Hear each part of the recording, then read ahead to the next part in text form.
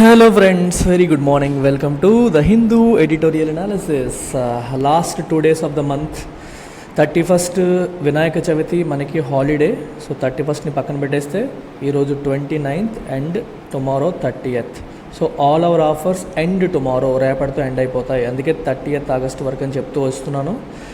UPS infinity మనకి EMI ఆప్షన్లో వస్తుంది, అప్ ఫ్రంట్ ఆప్షన్లో కూడా వస్తుంది, ఆఫ్లైన్లో వస్తుంది, ఆన్లైన్లో కూడా వస్తుంది. మీకు ఏది కావాలంటే అది తీసుకోవచ్చు. అండ్ దానికి కాంటాక్ట్ చేయాల్సిన నెంబర్ వచ్చేసి ఇక్కడ కనిపిస్తుంది. The course comes with life time validity and fee will go up by 10,000. రేపటి తర్వాత 10,000 రూపాయలు ఫీజు పెరుగుతుంది. So if you want to join by tomorrow which is 30th August and beyond the fee will go up. సిమిలర్గా UPSC ఆప్షనల్స్కి కొత్త batches 1st October నుంచి ప్రారంభమవుతున్నాయి. So ఎవరెవరైతే plan చేస్తున్నారో optionals, we have 5 optionals: pub ad, PSIR, sociology, anthropology, Telugu literature. I am there in all 3 optionals. 3 కూడా నేను ఉంటాను. 3 paper 1 నేను చెప్తాను, డీటెయిల్డ్గా చెప్తాను. And all theories, thinkers, all complicated stuff will be handled personally by me. And you also have anthropology by Srinivas sir, మన Hindu analysis చెప్తాను, Srinivas sir చెప్తారు. Telugu literature by Sitapathi sir. And you can check the demo videos, you can check the quality of the content, teaching, everything. And you know the fee is currently just 22,500. నార్మల్గా fee వచ్చేసి 25,000. ఒకేసారి pay చేస్తే 25,000. దీనిపైన 10% discount ఇస్తూ 22,500కి పెట్టడం అనేది జరిగింది. Only if you are joining by 30th August which is tomorrow. And ఇంకొక విషయం ఏంటంటే 31st ఆగస్ట్ నుంచి ఈ 25,000 ఫీజు కాస్త 27 అయిపోతుంది. అంటే మీకు డిఫరెన్స్ చూడండి, 22,500 నుంచి 27కి వెళ్ళిపోతుంది. And there is no EMI option on this. EMI కావాలంటే ఎక్స్ట్రా ఫీ పడుతుంది. ఇది మీరు గుర్తుపెట్టుకోవాలి. అండ్ ఇది మీరు కాంటాక్ట్ చేయాల్సిన number. Don't delay further. And LTX క్లాసెస్లో ఆప్షనల్ ఎందుకు? మన దగ్గర అన్ని ఆప్షన్స్కి యాక్సెస్ ఉంటుంది. ఒకదానికి చూడడానికి షిఫ్ట్ అవ్వాలన్నా సరే ఛాన్స్ ఇవ్వడం అనేది జరుగుతుంది. And all our courses come with lifetime validity. So ఇది ఇవాళ ఎడిటోరియల్. సాప్స్ ఫర్ ఓట్స్ అని చెప్పి వచ్చింది. ఇది మనకి మల్టిపుల్ ఆస్పెక్ట్స్లో మనం చూడొచ్చు. So this is predominantly part of general studies paper 2. మీరు ఎలక్టరల్ రిఫార్మ్స్ ఆస్పెక్ట్లో చూడొచ్చు. అలాగే directive principles versus fundamental rights debate వెర్షన్లో కూడా చూడొచ్చు. అండ్ GS3లో కోఆపరేటివ్ ఫెడరలిజం ఆస్పెక్ట్లో కూడా చూడొచ్చు. అలాగే మనకి ఫిస్కల్ డెఫిసిట్ అనే ఆస్పెక్ట్లో కూడా చూడొచ్చు. అయితే ప్రిడామినెంట్లీ ఎలక్టోరల్ రిఫార్మ్స్ యాంగిల్లో చూడడం మంచిది. సో జనరల్ స్టడీస్ పేపర్ 2 అమ్మా ఇది. సాప్స్ ఫర్ ఓట్స్ అని చెప్పి రాశారు. What is the meaning of sops? Sops అంటే మీనింగ్ ఏంటి? గిఫ్ట్స్ అనమాట. ఊరికే ఇచ్చే బ్రైబరీ గిఫ్ట్స్, వీటిని మనం సాప్స్ అని అంటాం. ఓట్ల కోసం ఇచ్చే గిఫ్ట్లు. మీకు బెస్ట్ ఎగ్జాంపుల్ దీనికి ఏంటంటే, తమిళనాడులో ఒకప్పుడు డిఎంకే ప్రభుత్వం ఏం చేసిందంటే కలర్ టీవీలు ఇస్తాము మాకు ఓటేస్తే అని చెప్పింది. అండ్ నిజంగానే వాళ్ళు గెలిచారు.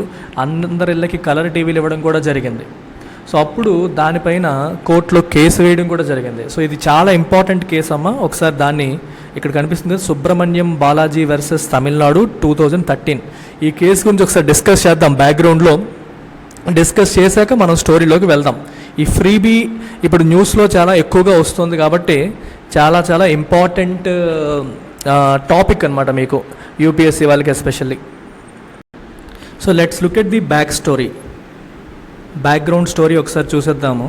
చాలా చాలా ఇంపార్టెంట్ కేసు. ఎందుకంటే ఫ్రీబీస్ గురించి మనకి రిఫర్ చేయడానికి పాత కేసులు ఏమైనా ఉన్నాయి అంటే మనకి ఫస్ట్ గుర్తొచ్చేది వచ్చేసి ఈ Balaji versus state government of Tamil Nadu case. So మనం చూడాలన్నమాట. Subramaniam Balaji versus state of Tamil Nadu case. So ఈ కేసు ఆల్రెడీ చెప్పాను. డిఎంకే వాళ్ళు ఏం చేశారు? ఫ్రీ కలర్ టీవీలు ఇస్తామని చెప్పేసి అధికారంలోకి వచ్చేసారు. దాని గురించి ఆయన ఛాలెంజ్ చేస్తూ ఈయన సుబ్రహ్మణ్యం బాలాజీ కోర్టులో కేసు వేయడం అనేది జరిగింది. ఈయన ఏమన్నారంటే చూడండి, ఆయన ఆర్గ్యుమెంట్ ఏంటో చూడండి. బాలాజీస్ ఆర్గ్యుమెంట్ ఏమిటి అంటే, సో చూడండి, non essential, very very important, non essential కమోడిటీస్ని ఫ్రీగా ఇస్తాము అని చెప్పడం. నాన్ ఎసెన్షియల్ కమోడిటీస్ని ఫ్రీగా ఇస్తామని చెప్పడం అనేది ఎలక్టరల్ బ్రైబ్ కిందకు వస్తుంది. It comes under electoral bribe under section 123 of RP act, representation of people's act కింద వస్తుందని చెప్పి బాలాజీ యొక్క ఆర్గ్యుమెంట్. చూడండి, non essential TV is non essential, అది ఖచ్చితంగా ఉండాలని రూల్ లేదు. దాన్ని ఇస్తానని చెప్పడం అనేది ఎలక్టరల్ బ్రైబ్ కింద వస్తుంది అని చెప్పి ఈయన చెప్పారనమాట. సో అయితే కోర్టు ఏం చెప్పింది, ఇది ఫస్ట్ హైకోర్టుకి వెళ్ళి తర్వాత సుప్రీంకోర్టు కూడా వెళ్ళడం జరిగింది. సో కోర్టు ఏం చెప్పిందంటే ఇది కరప్ట్ ప్రాక్టీస్ అనడాన్ని మేము యాక్సెప్ట్ చేయము, not a corrupt practice, it is not a corrupt practice అని చెప్పేసి కోర్టు చెప్పింది. తప్పేమీ కాదు అన్నట్టుగా చెప్పడం జరిగింది. కాకపోతే ఇది ఏం చెప్పిందంటే, చూడండి ఇక్కడ చాలా చాలా ఇంపార్టెంట్ ఆస్పెక్ట్. కాకపోతే ఏం చెప్పిందంటే ఈ ఫ్రీబీస్ వల్ల ఫ్రీబీస్ ఏం క్రియేట్ చేస్తాయి, అనీవెన్ ప్లేయింగ్ ఫీల్డ్ని క్రియేట్ చేస్తాయి.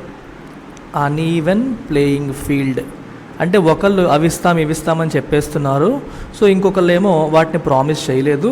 కాబట్టి ప్రజల దృష్టిలో ఎక్కువ ఫ్రీబీస్ ఇస్తానన్న వాడికి ఒక ఎక్స్ట్రా ఎడ్జ్ వచ్చేస్తుంది. ఇద్దరికి ప్లేయింగ్ ఫీల్డ్ అంటే గేమ్, ఇప్పుడు ఎలక్షన్ అనేది ఒక గేమ్ అనుకోండి, ఇద్దరు ఒకేలా ఆడే పరిస్థితి ఉండదు, ఎక్కువ ఆఫర్ చేసేవాడికి ఒక ఎక్స్ట్రా ఎడ్జ్ అనేది వచ్చేస్తుంది. సో అనీవెన్ ప్లేయింగ్ ఫీల్డ్ని క్రియేట్ చేసేస్తాయి ఈ ఫ్రీబీస్ అనేవి అనే దాన్ని మాత్రం సుప్రీంకోర్టు యాక్సెప్ట్ చేసింది. అందుకని చెప్పి సుప్రీంకోర్టు ఏం చేసిందంటే ఎలక్షన్ కమిషన్ ఆఫ్ ఇండియాకి చెప్పింది. ఏమని చెప్పింది, యూ టాక్ టు పొలిటికల్ పార్టీస్తో మాట్లాడి గైడ్ లైన్స్ ఇష్యూ చేయండి, మేనిఫెస్టోస్ తయారు చేసేటప్పుడు ఏం చేయాలి ఏం చేయకూడదని ఇష్యూ చేయండి. Make it part of model code of conduct, election commission issue చేసే మోడల్ కోడ్ ఆఫ్ కండక్ట్లో దాన్ని భాగం చెయ్యండి అని చెప్పి సుప్రీంకోర్టు ఈ 2013 కేసులో Balaji versus state of Tamil Nadu ఈ పర్టికులర్ కేసులో చెప్పడం అనేది జరిగింది. సో ఇప్పుడు ఏం జరిగిందంటే ఎట్ దిస్ పాయింట్ నౌ ఈ ఫ్రీబీ డిస్కషన్ మళ్ళీ వచ్చింది కాబట్టి 2022లో మళ్ళీ supreme court has decided to review 2013 జడ్జిమెంట్ని మళ్ళీ రివ్యూ చేయాలని నిర్ణయం తీసుకోవడం అనేది జరిగింది. ఎందుకు అంటే ఈ ఫ్రీబీస్ వల్ల చిన్న ప్రాబ్లం ఉంది, చిన్నది కాదు పెద్ద ప్రాబ్లమే.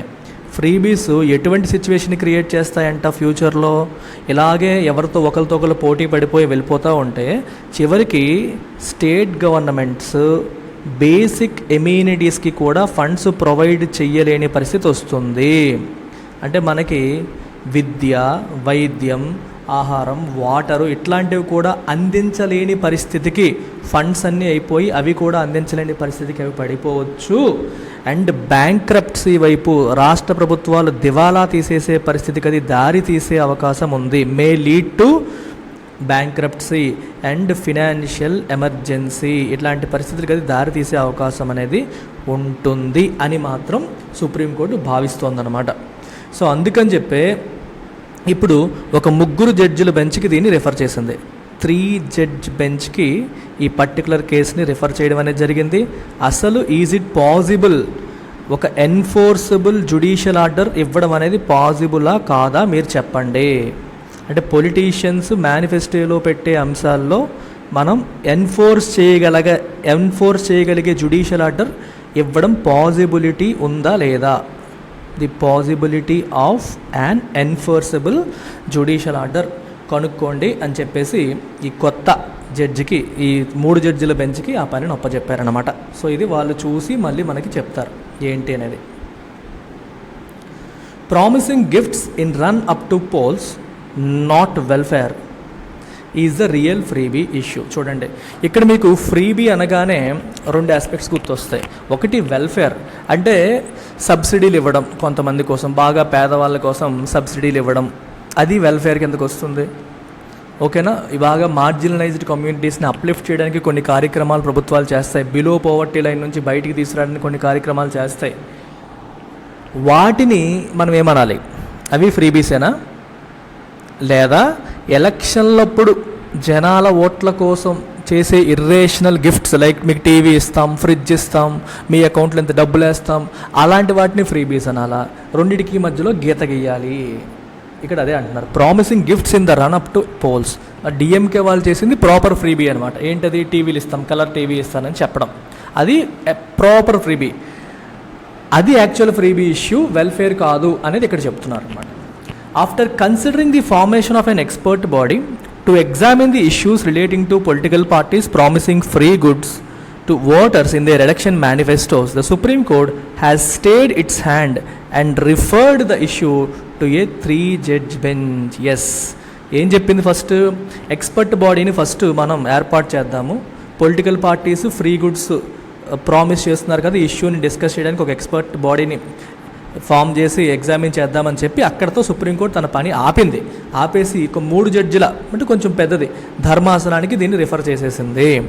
Also referred for deeper consideration is the correctness of an earlier judgment in Subramaniam Balaji versus Tamil Nadu 2013. చెప్పాను ఈ కేసులో సుప్రీంకోర్టు ఇంతకుముందు ఇచ్చిన జడ్జిమెంట్ యొక్క కరెక్ట్నెస్ని కూడా ఒకసారి మళ్ళీ కన్సిడర్ చేయండి అని కూడా ఈ 3 జడ్జిల బెంచ్కి చెప్పడం జరిగింది. ఈ పాత కేసు ఏం చెప్పింది? Which rule that making promises in a manifesto would not amount to a corrupt practice. అది కరప్ట్ ప్రాక్టీస్ కాదు అని చెప్పి ఆ తీర్పు చెప్పింది. The proceedings before a bench headed by the now retired chief justice of India N V Ramana last week offered crucial perspectives on the political economy of welfarism, socialism and pre election promises of freebies. So ఇప్పుడు N V Ramana గారు retire అయిపోయారు, ఆయన ఈ కేసుని handle చేశారు. ఆయనున్న ఈ bench ముందు మనకి ఈ పర్టికులర్ కేసు వచ్చింది. దాన్ని డిస్కస్ చేస్తూ వాళ్ళు కొన్ని పర్స్పెక్టివ్స్ ఇవ్వడం అనేది జరిగింది. ఏ విషయంలో? అసలు ఈ వెల్ఫేరిజం గురించి, సోషలిజం అంటే సొసైటీలో ఇన్ఈక్వాలిటీస్ తగ్గించి అందరినీ ఈగాలిటేరియన్ సొసైటీగా మార్చడం, pre election promises of freebies, elections ముందు ఫ్రీబీస్ ఇస్తామని ఈ ఫ్రీబీస్ కల్చర్ గురించి, వీటన్నిటి గురించి డిస్కషన్ అనేది జరిగింది. Over the few hearings the bench moved from vague references to freebies to making rational distinctions between welfare schemes and socio-economic concessions on one hand and poll time announcements of material goods and items as incentives to vote. Very very important. చూడండి ఇక్కడ ఏం చేశారంటే, ఈ discussion ఎప్పటి నుండి అవుతుంది కదా, రీసెంట్గా ఈ డిస్కషన్ అవ్వగా ఓవర్ ఫ్యూ హియరింగ్స్ మళ్ళీ డిబేట్స్ అవుతున్న క్రమంలో బెంచ్, సుప్రీంకోర్టు బెంచ్ ఇనిషియల్గా ఏంటి, వేగ్ రిఫరెన్సెస్ టు ఫ్రీబీస్ అంటే ప్రతిదానికి ఫ్రీబీ అనేవాళ్ళు.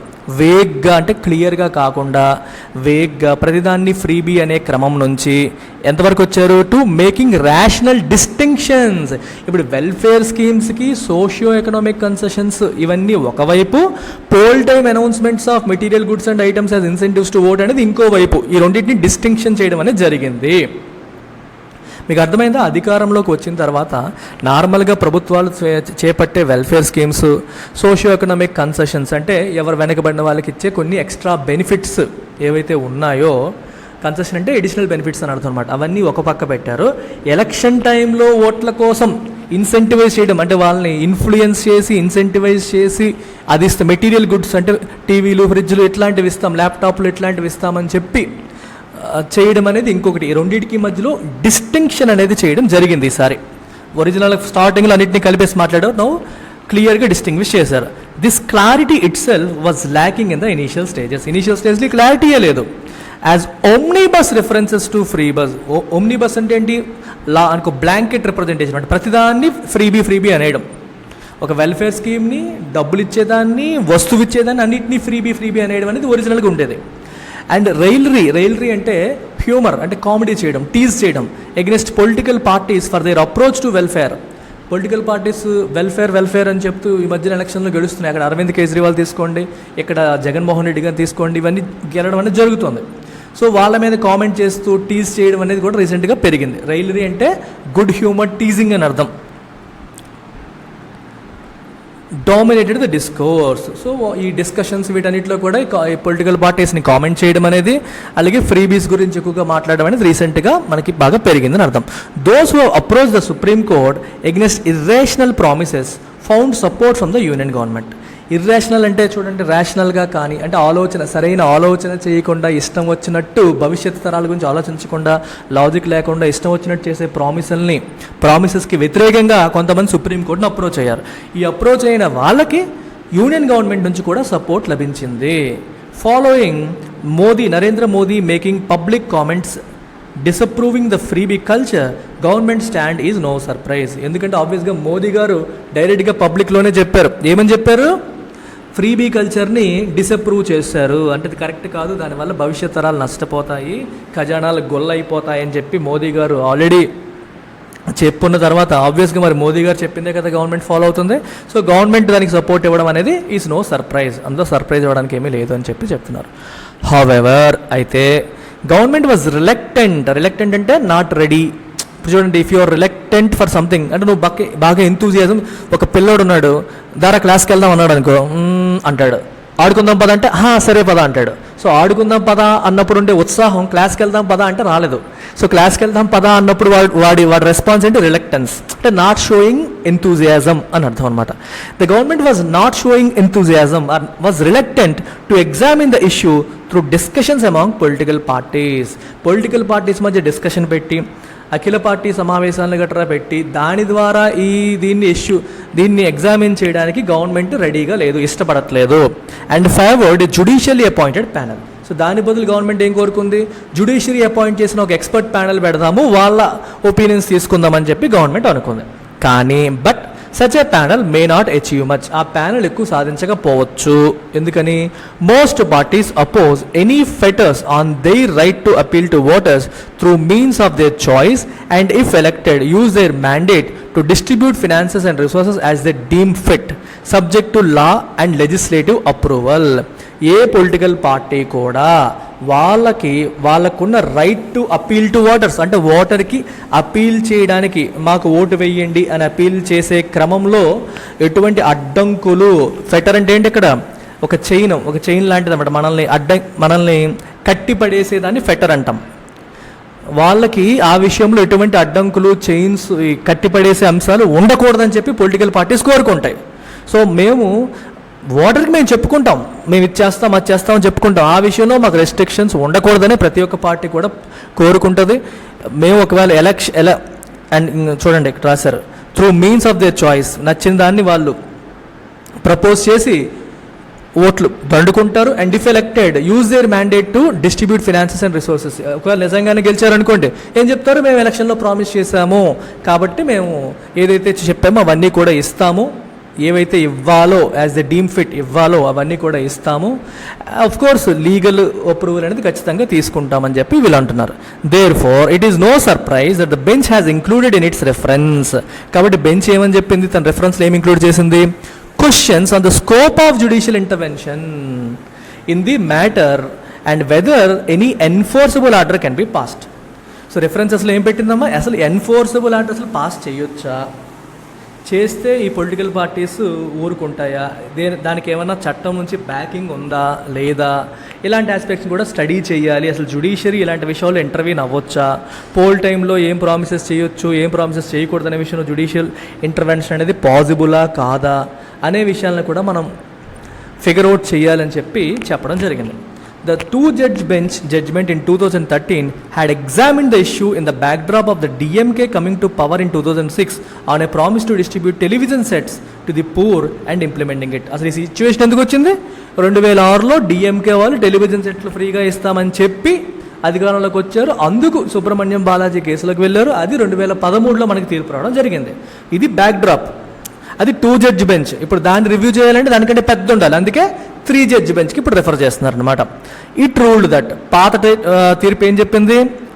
Directive principles of state policy allow such schemes and that spending of public funds on them could not be questioned. Directive principles of state policy talk about welfare, talk about egalitarian society, talk about supporting the poor people. అవి ఎలా చేస్తాయి? So కాబట్టి public ఫండ్స్ని వాళ్ళ కోసం ఖర్చు పెట్టడానికి question చేయడానికి లేదు. If it was based on appropriations passed by లెజిస్లేచర్లో ఎవరికి రూపాయి ఇవ్వాలన్నా బడ్జెట్లో ప్రవేశపెట్టి బిల్లు పెట్టి అప్రూవల్ తీసుకునేక చేస్తాం. సో బడ్జెట్లో బిల్లు ప్రవేశపెట్టి తీసుకొచ్చి చేసినప్పుడు ప్రాబ్లం ఏమీ లేదు అని చెప్పి సుప్రీంకోర్టు చెప్పింది పాత కేసులో. It also concluded that poll promises by a party could not be termed a corrupt practice. వాటిని కరప్ట్ ప్రాక్టీస్ అనడానికి కూడా లేదు. ఓకే, పోల్ ప్రామిసెస్ని కరప్ట్ ప్రాక్టీస్ అనడానికి కూడా లేదని కూడా చెప్పింది. That bench had also rejected the argument that giving benefits to everyone, that is the poor and the well off, would violate the equality నామ్ ఇన్ ఆర్టికల్ 14. ఇది చాలా important point. ఇక్కడ చూడండి, సో ఎలక్షన్ ప్రామిస్లో ఏం చెప్తారు వాళ్ళు, మాకు vote ప్రజలందరికీ ఇస్తామని చెప్తారు కదా, వీళ్ళందరికీ మేము ఇచ్చేస్తాం టీవీలు అని చెప్పి చెప్తారు, అంతేగా, అలాగేగా చెప్తారు. సో అక్కడ బెంచ్ ఏమందంటే giving benefits to everyone, that is the poor and the well off. పేదవాడికి డబ్బున్నవాడికి ఇద్దరికీ కూడా బెనిఫిట్స్ ఇస్తామని చెప్పడం అనేది ఈక్వాలిటీ నామ్ని వైలేట్ చేసినట్లే కదా అని కూడా సుబ్రహ్మణ్యం బాలాజీ వాదించారు. ఇది చాలా ఇంపార్టెంట్ పాయింట్ అమ్మా, చాలా ఇంపార్టెంట్ పాయింట్ ఇది. చూడండి ఇక్కడ article 14 talks about equality. Indian constitution version of equality ఏంటి? Don't treat unequals equally. అన్ఈక్వల్స్ని ఈక్వల్గా ట్రీట్ చేయకూడదని చెప్తుంది. And equality cannot exist among unequals. Unequals మధ్యలో ఈక్వాలిటీ ఎగ్జిస్ట్ అవ్వదు, అండ్ అన్ఈక్వల్స్ని ఈక్వల్గా ట్రీట్ చేయకూడదు. సో అన్ఈక్వల్స్ని ఈక్వల్గా చేయడమే మన రెస్పాన్సిబిలిటీ. ఇది మన ఈక్వాలిటీ ప్రిన్సిపల్ యొక్క కథ. మామూలుగా ఏంటంటే ఆ రైట్ టు ఈక్వాలిటీ అనగానే అందరినీ సమానంగా చూసేయడం అనేసుకుంటాం, అలా కాదు. సొసైటీలో ఉన్న ఇన్ఈక్వాలిటీస్ని మనం ఫస్ట్ అబ్జర్వ్ చేయాలి. ఫర్ ఎగ్జాంపుల్, ఒక ఎస్సీ పర్సన్ ఉన్నాడు, డిస్క్రిమినేట్ అయ్యి ఉన్నాడు, సరైన చదువు లేదు, సరైన బ్యాక్గ్రౌండ్ లేదు, సరైన ఆదాయం లేదు. ఇంకోవైపు ఒక బాగా డబ్బున్న అప్పర్ కాస్ట్ పర్సన్ ఉన్నాడు, సరైన బ్యాక్గ్రౌండ్ ఉంది, చదువు ఉంది, అన్నీ ఉన్నాయి. ఇద్దరిని ఒకేలాగా ట్రీట్ చేయాలా చేయకూడదా అంటే మన కాన్స్టిట్యూషన్ ఏం చెప్తుంది? ట్రీట్ చేయొద్దు అంటుంది. సో ఎవరైతే వెనకబడ్డారో వాడికి గవర్నమెంట్ సపోర్ట్ చేయాలి. అంటే అన్ఈక్వల్గా ఉన్న వాళ్ళు ఈక్వల్గా ట్రీట్ చేయకూడదు, వాళ్ళు ఈక్వల్ చేయి ఫస్ట్, తర్వాత ఈక్వల్గా ట్రీట్ చేయి. ఫర్ ఎగ్జాంపుల్, ఇద్దరు ఓపెన్ కేటగిరీ వాళ్ళు ఉన్నారు, అన్నీ ఉన్నాయి, అన్ని రకాలుగా ఒకేలా ఉన్నారు, అలాంటి వాళ్ళని ఈక్వల్గా ట్రీట్ చేయి. అంటే ఈక్వాలిటీ ఎగ్జిస్ట్ అమాంగ్ ఈక్వల్స్, అంతేగాని అలాగే ఇద్దరు ఎస్సీలు ఉన్నారు, వాళ్ళిద్దరిని ఈక్వల్గా ట్రీట్ చేయి, నో ప్రాబ్లం. అంతేగాని ఒక ఎస్సీని ఓసీని ఈక్వల్గా ట్రీట్ చేయొద్దు అనేది ఆర్టికల్ 14. మరి ఇక్కడ ఎలక్షన్ ప్రామిసుల్లో కాస్ట్ బేస్డ్ అని కాదు కదా, అందరికీ మేము ఇచ్చేస్తాం అంటాం. పూర్ని వెల్ ఆఫ్ని అందరినీ ఒకేలాగా ట్రీట్ చేస్తూ ప్రామిస్ చేస్తున్నారు, కాబట్టి అది ఈక్వాలిటీ నామ్ని వైలేట్ చేస్తున్నట్టే కదా అని చెప్పి కూడా అన్నారు. దాన్ని కూడా సుప్రీంకోర్టు జడ్జి బెంచ్ రిజెక్ట్ చేసింది. ఆ ఆర్గ్యుమెంట్ని కూడా బెంచ్ రిజెక్ట్ చేసింది అనమాట. ఇంకా ఏమంది? When it came to state largesse అంటే ఒక పెద్ద మనసు చేసుకోవడం, బినోవలెన్స్ అని అర్థం అనమాట. పెద్ద మనసు చేసుకొని అవి ఇవి ఇవ్వడం. It said the rule against treating unequals as equals would not be applicable. అన్ఈక్వల్స్ని ఈక్వల్గా ట్రీట్ చెయ్యకూడదు అన్న రూల్, ఇగో ఇక్కడ రాశాను కదా, అది అన్ఈక్వల్స్ని ఈక్వల్గా ట్రీట్ చేయకూడదని రూల్ ఏదైతే ఉందో అది ఇక్కడ అప్లికబుల్ కాదు అని చెప్పి సుప్రీంకోర్టు చెప్పడం జరిగింది. ఆ టైంలో ఈ విషయంలో అది అప్లికబుల్ కాదు అని చెప్పి చెప్పారు. అంటే గిఫ్ట్స్ ఇచ్చే విషయంలో అది అప్లికబుల్ కాదని చెప్పి చెప్తోంది. Does this amount to implying the directive principles can override the fundamental rights? అంటే డైరెక్టివ్ ప్రిన్సిపల్స్ అనేవి ఫండమెంటల్ రైట్స్ని ఓవర్ రైడ్ చేసేయచ్చు అనే ఆస్పెక్ట్కి అది ఇంప్లై చేస్తున్నట్ట? As the petitioners have argued, petitioners అదే ఆర్గ్యూ చేస్తున్నారు. ఇక్కడ చూడండి అమ్మా, మీరు అది ఇస్తాము ఇది ఇస్తాము ఇవన్నీ చెప్పడం ఏంటి? Directive principles of state policy. దానికి బ్యాకింగ్ ఎక్కడొస్తుంది? Welfarism. Directive principles of state policy talk about welfare. Okay, ఒక తండ్రిలాగా ప్రభుత్వం ప్రజలకు అన్నీ చూసుకోవాలి అనే కాన్సెప్ట్ నుంచి ఇది వస్తుంది. అయితే ఇప్పుడు ఈ ఫ్రీగా ఇవ్వడాలనేవి ఎక్కువ దాన్ని సుప్రీంకోర్టు సపోర్ట్ చేసింది ఇంతకుముందు. ఎందులో? మన Balaji versus state of Tamil Nadu కేసులో. అందులో ఇంకా ఏం చెప్పింది? ఫండమెంటల్ రైట్స్లో మనకి ఏముంది? ఆర్టికల్ 14 ఉంది. 14 ఏం చెప్తుంది? అన్ఈక్వల్స్ని ఈక్వల్గా ట్రీట్ చేయొద్దు అంటుంది. మరి ఫ్రీబీస్ ఇచ్చేటప్పుడు ఏమవుతుంది? అందరికీ ఇచ్చేస్తారు ఫ్రీబీస్, డబ్బున్నోడికి ఇచ్చేస్తారు, పేదోడికి ఇచ్చేస్తారు, ప్రతివాడు తీసుకుంటూ వెళ్ళిపోతాడు. సో అంటే ఆర్టికల్ 14 వైలేట్ అవుతున్నట్టే కదా అనేది ఇంతకుముందు వాదన. లేదు, ఆర్టికల్ 14 వైలేట్ అవుతున్నట్టు కాదు, అది ఇక్కడ అప్లై అవ్వదు అని చెప్పి సుప్రీంకోర్టు చెప్పింది.